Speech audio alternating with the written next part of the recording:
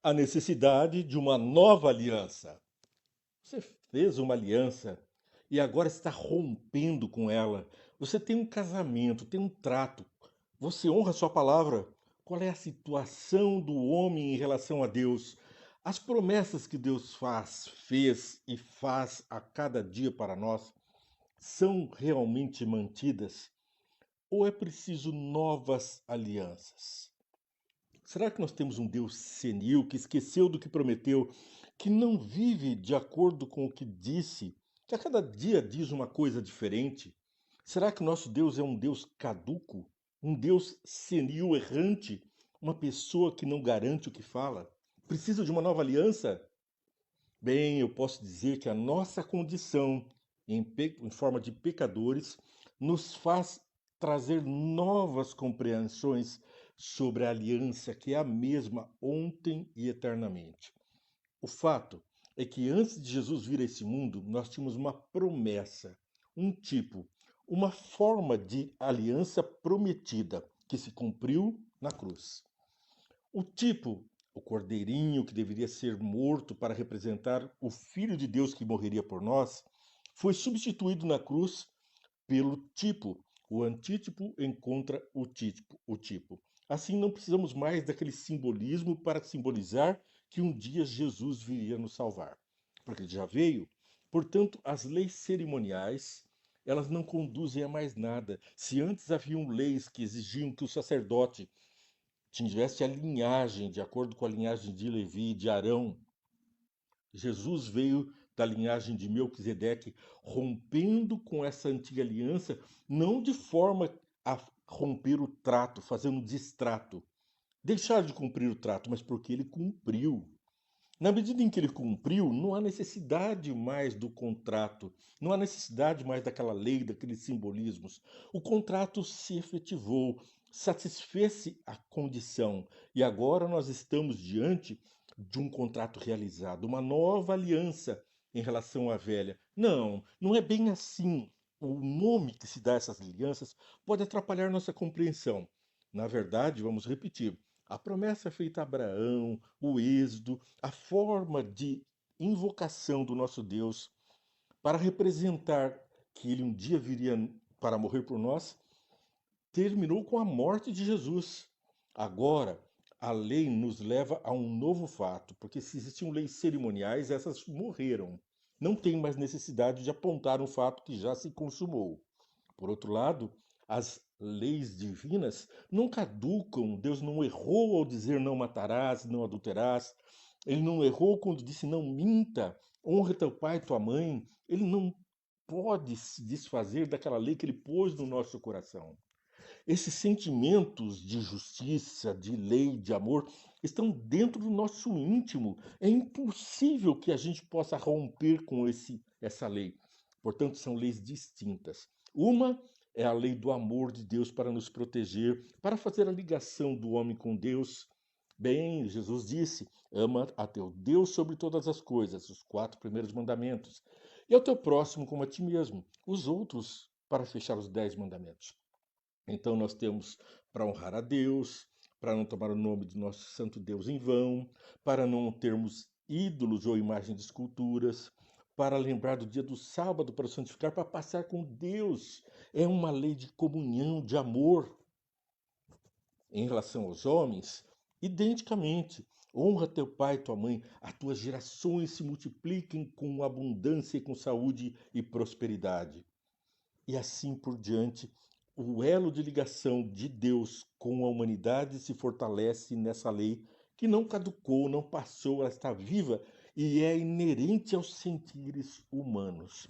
Bem, Paulo vai explicar tudo isso, tintim por tintim, no livro de Hebreus, e leio o livro de Hebreus, capítulo 7, do verso 11 até o 19. O que é a nova aliança? 7, do 11 ao 19.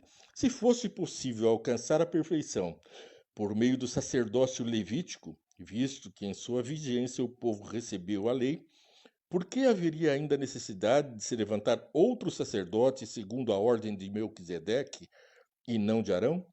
Para que Jesus, se não precisava de lei? É isso que Paulo está dizendo. Se as leis cerimoniais se cumpriram, elas morreram.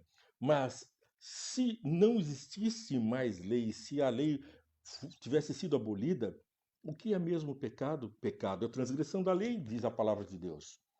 E o salário do pecado é a morte. Por isso houve a necessidade de Jesus. Mas se Deus aboliu a lei, por que Jesus? Nós não precisamos mais cumprir a lei, não há punição pela quebra da lei, não há pecado e não há necessidade de Salvador. Abolimos Jesus. Abolindo a lei, abole todo o sacerdócio de Jesus. Continua Paulo explicando.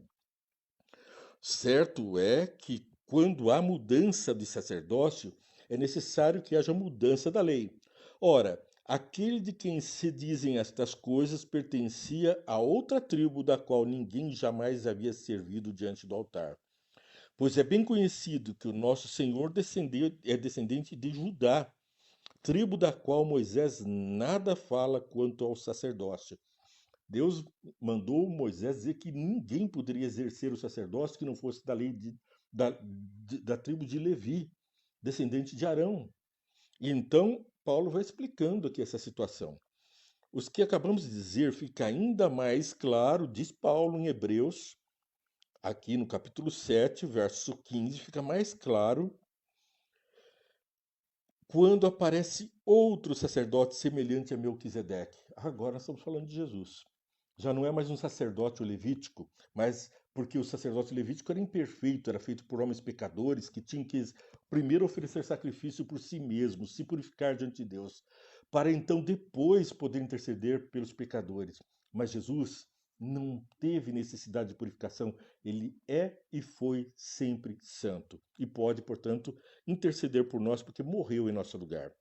Alguém que se tornou sacerdote, não por regras relativas à linhagem, mas segundo o poder de uma vida indestrutível, porquanto sobre ele é afirmado: Tu és sacerdote para sempre, segundo a ordem de Melquisedeque. Um sacerdote perfeito, né? 18. A ordenança anterior é revogada porque era fraca e inútil. Era fraco o sacerdócio humano, inútil, apenas apontava para Jesus, um sacerdócio real. E no capítulo 7, verso 11, a gente grifa que o sacerdócio é antigo. Veja, repetimos aqui o verso 11. Se fosse possível alcançar a perfeição por meio do sacerdócio levítico, por que haveria ainda necessidade de levantar outro sacerdote, segundo a ordem de Melquisedeque e não de Arão? A gente vai percebendo, então, a importância de Jesus para tornar real tudo aquilo que apontava pelas leis que apontavam para Jesus. Leis cerimoniais, leis de costumes que levavam o homem a pensar no sacrifício de Jesus prometido a Adão. Depois nós vamos em Hebreus 7, 12, 18 e 19, a mudança então do velho para o novo. Veja aqui, Hebreus 7, versos 12. Certo é que quando há mudança de sacerdócio, é necessário que haja mudança na lei. Que lei é essa que teve mudança? Já explicamos anteriormente. Não a lei de Deus, mas as ordenanças de Deus em relação às leis cerimoniais que apontavam para Jesus, que não precisam mais existir porque Jesus já veio, não é mesmo? A promessa e tudo aquilo que cercava a promessa, que apontava para que Jesus viria, já se realizou porque Deus é fiel e cumpriu sua promessa. E no verso 18 e 19, a ordenança anterior é revogada porque era fraca e inútil, pois a lei não havia aperfeiçoado coisa alguma, sendo introduzida uma esperança superior pela qual nos aproximamos de Deus. A lei apontava para uma esperança que Jesus viesse. A lei cerimonial era para isso, para mostrar que Jesus viria. Era para lembrar o homem, cada vez que ele pecasse, que ele tinha que matar um cordeirinho, porque Jesus viria morrer por nós. Bom, e aqui então mostra que a lei é imprestável. Vamos voltar a 7:11 de Hebreus. Se fosse possível alcançar perfeição por meio do sacerdócio levítico, por que haveria ainda necessidade de levantar outro sacerdote segundo a ordem de Melquisedeque? Nós não precisaríamos de Jesus se o cordeirinho nos salvasse. Mas o cordeirinho acabou, Jesus veio, ele morreu e não há necessidade mais das cerimônias antigas. Em Hebreus capítulo 10, versos 1 a 4, nós vamos falar ainda mais da inutilidade daqueles sacrifícios de animais, visto que Jesus é o nosso Salvador. A lei traz apenas uma sombra dos benefícios que hão de vir, e não a sua realidade. Por isso, ela nunca consegue, mediante os mesmos sacrifícios repetidos ano após ano, aperfeiçoar os que se aproximam para adorar. Olha, está bem claro aqui que a lei não salva, mas ela aponta os nossos erros. Você matou, você roubou, você mentiu. Vai a Jesus. Ela não está dizendo que você não vai ser salvo porque você tem um Salvador. E ela também não está dizendo que você está salvo porque você não matou ninguém ainda. Porque Jesus mesmo disse que aquele que afronta seu irmão, que ofende o seu irmão, já o matou. Portanto, todos pecamos, estamos destituídos da glória de Deus, mas estamos dentro da graça de Jesus. É uma diferença enorme. E continua do capítulo 10, a partir do verso 2 até o 4. Se eu pudesse fazê-lo, não deixaria de ser oferecidos, pois os adoradores, tendo sido purificados uma vez por todas, não mais se sentiriam culpados dos seus pecados. Contudo, esses sacrifícios são as recordações anuais, a recordação anual dos pecados, pois é impossível que o sangue de touros e bodes tire pecados. Por isso, quando Cristo veio ao mundo, disse: sacrifício e oferta não quiseste. Bom, isso vai nos mostrando cada vez mais enfaticamente que é uma coisa impossível de imaginar que a lei salve. Ela aponta a necessidade de salvação. É como se o criminoso fosse salvo pela lei que diz que não matarás, na lei de Deus, e que diz na lei brasileira, matar alguém pena. Então, mata alguém e a própria lei vai abonar o crime, dizer que não há pena? Não há lei que não possa ter uma combinação penal. Ela precisa ter uma força coercitiva, uma punitiva para evitar o mal. Mas uma vez que a pessoa comete o mal, ela não pode ser salva pela lei. É isso que Paulo está dizendo. Há necessidade de um advogado junto aos céus. O nosso Jesus intercede diante de Deus e diante das hostes celestes, de anjos e seres de outros mundos, por mim e por você. Portanto, nós não estamos desamparados. Veja só o que nos diz aqui em João capítulo 1, verso 29. João, discípulo amado, vai nos trazer essa grande e maravilhosa mensagem. No dia seguinte, João viu Jesus aproximando-se e disse: vejam, é o Cordeiro de Deus que tira o pecado do mundo. Não é mais a ovelhinha, o cordeirinho que tira o pecado do mundo. Apontava para o Cordeiro de Deus. A compreensão hebraica era justamente essa, e é a nossa também.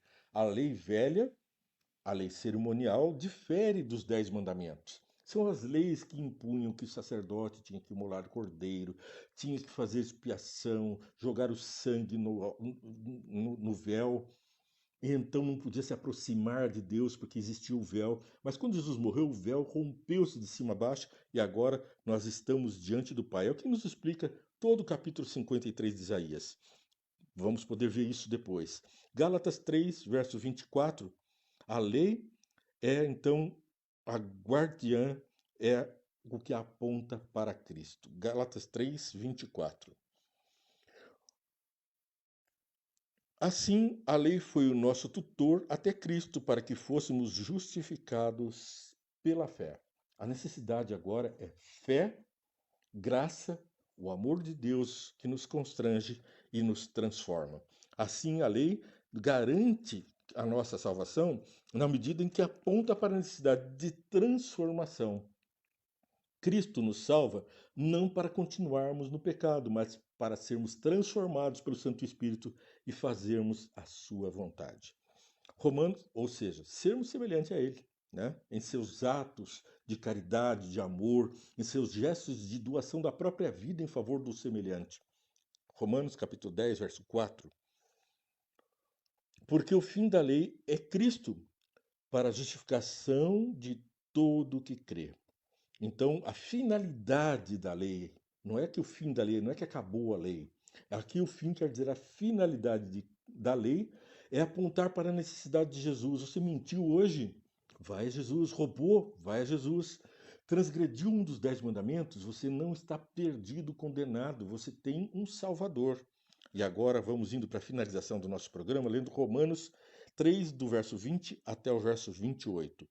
Convido você a curtir, compartilhar a nossa programação, seguir, se inscreva na página e transforma essa mensagem em mais alcance de pessoas com a palavra de Deus.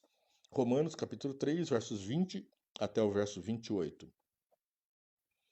Portanto, ninguém será declarado justo diante dele baseando-se na obediência à lei, pois é mediante a lei que nós tornamos plenamente conscientes do pecado. Como é que você saberia que é pecado mentir se a lei não dissesse roubar, não honrar pai e mãe? É preciso que a lei dê a diretriz, mas ela não salva, ela aponta para a necessidade do Salvador. E continua aqui então, a partir do verso 20, o verso 21. Mas agora se manifestou uma justiça que provém de Deus, independente da lei da qual testemunham a lei e os profetas. Justiça de Deus mediante a fé em Jesus Cristo para todos os que creem. Não há distinção, pois todos pecaram e estão destituídos da glória de Deus. Nós estamos destituídos da glória e precisamos do manto que o Pai colocou sobre o Filho pródigo, o manto de justiça do nosso Senhor Jesus, as sandálias nos pés, o anel no dedo, que está lá na parábola do Filho pródigo, ainda na história que Jesus contou, para exemplificar a sua missão, é colocar sobre nós a sua justiça, para que nos apresentemos diante do universo com a justiça da veste branca de Jesus, com o anel do poder de Deus, como se fôssemos filhos e como somos filhos de Deus. Aí continuamos ali no verso 24, sendo justificados gratuitamente por sua graça, por meio da redenção que há em Cristo Jesus. É, portanto, uma graça, não é por mérito da lei, nem por mérito de quem pensa que está guardando a lei. Deus ofereceu como sacrifício para propiciação mediante a fé, pelo seu sangue, demonstrando a sua justiça em sua tolerância. Havia deixado impunes os pecados anteriores cometidos, mas no presente demonstrou a sua justiça, a fim de ser justo e justificador daqueles que têm fé em Jesus. Onde está então o motivo para a vanglória? É excluído e baseado em que princípio? No da obediência à lei? Não, mas no princípio da fé. Portanto, nós sabemos que não cumprimos a lei e precisamos ter fé no sacrifício de Jesus, no poder transformador dele. Pois sustentamos que o homem é justificado pela fé, independentemente da obediência à lei. O ladrão na cruz guardou a lei? Ele estava lá pendurado, era um salteador, um terrorista, um facínora. E ali, depois de zombar de Jesus, ele cai em si, esse homem é santo, olha a atitude dele. E então ele pede, lembra-te de mim quando entrares no teu reino. Vai lembrar do quê? Ah, eu estava lá naquela cruz e eu lembro bem de você. Você estava blasfemando, falando mal de mim. Você era um pecador assassino que estava pendurado na cruz. Você merecia a cruz, você merece a morte. Lembra-te de mim quando entrares no teu reino. Foi o suficiente. A fé em Jesus, o testemunho que ele deu para o outro ladrão, para nós até hoje. Aquele ladrão na cruz confirmou a vitória de Cristo para a salvação do ser humano. Porque Jesus respondeu a ele: lembra-te de mim quando entrares no teu reino? Certamente estarás comigo no paraíso. Então, a resposta de Jesus é: estarás comigo no paraíso. Ele não falou assim, lembro sim, mas lembro dos teus pecados. Eu lembro de que eu estou na cruz por você. Essa é a memória de Jesus. E depois a gente vê em Romanos capítulo 7, do verso 12 a 14, a última parte da mensagem de hoje. 7, do 12 a 14. De fato, a lei é santa. Então a lei não é uma coisa a ser jogada fora. O mandamento é santo, justo e bom. Ah, que bom que ela nos protege, ela é justa e é boa para conosco. E então, o que é bom se tornou em morte para mim? Quer dizer, a lei vai me condenar, o que é bom vai me condenar? De maneira nenhuma, mas para que o pecado se mostrasse como pecado, ele produziu morte em mim por meio do que era bom, de modo que por meio do mandamento ele se mostrasse extremamente pecaminoso. Eu conheci o pecado porque a lei diz que é pecado. E agora eu conheço Jesus, que é o Salvador do pecado. Vamos orar? Pai querido, nós estamos diante de Ti agradecidos imensamente por teu ato de amor de nos resgatar do mundo de pecado. Tira de nós o desejo pecaminoso e faz de nós servos fiéis que queiram imitar os seus passos na terra para podermos ser chamados teus filhos, cristãos que levando o teu nome e que não sejamos uma vergonha para ti, mas que nós com alegria cumpramos os seus preceitos, a sua lei, para sermos chamados teus filhos.